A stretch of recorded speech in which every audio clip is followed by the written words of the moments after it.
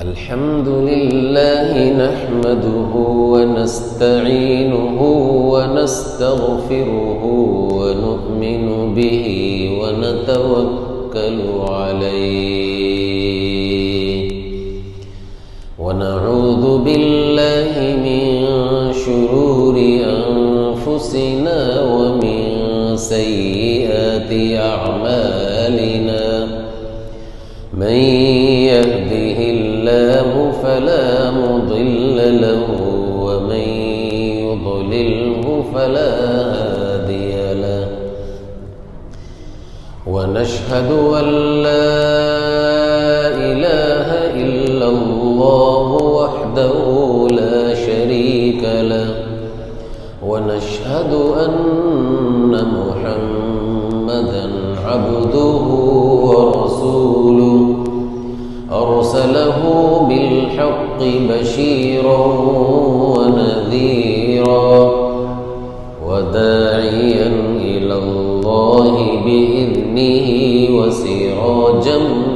منيرا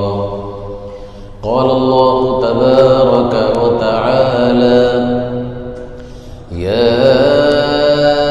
أيها الذين آمنوا اتقوا الله حق تقاته ولا تموتن إلا وأنتم. اور یہ تقریب بھی عبادت کی تقریب ہے، اسی لیے سنت یہ ہے کہ نکاح مسجد میں ہو.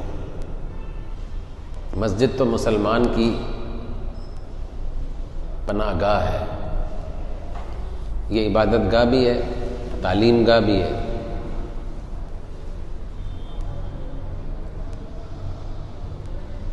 ہمارے بزرگوں کی تاریخ میں ہم نے یہ پڑھا ہے کہ مسجد میں آنے والوں کو سب کچھ ملتا تھا، روحانیت بھی ملتی تھی اور لوگ آ کے ذہنی، جسمانی، روحانی ہر اعتبار سے آ کے لیتے تھے. اب بھی مسلمان معاشرے میں مسجد مرکز کی حیثیت رکھتی ہے.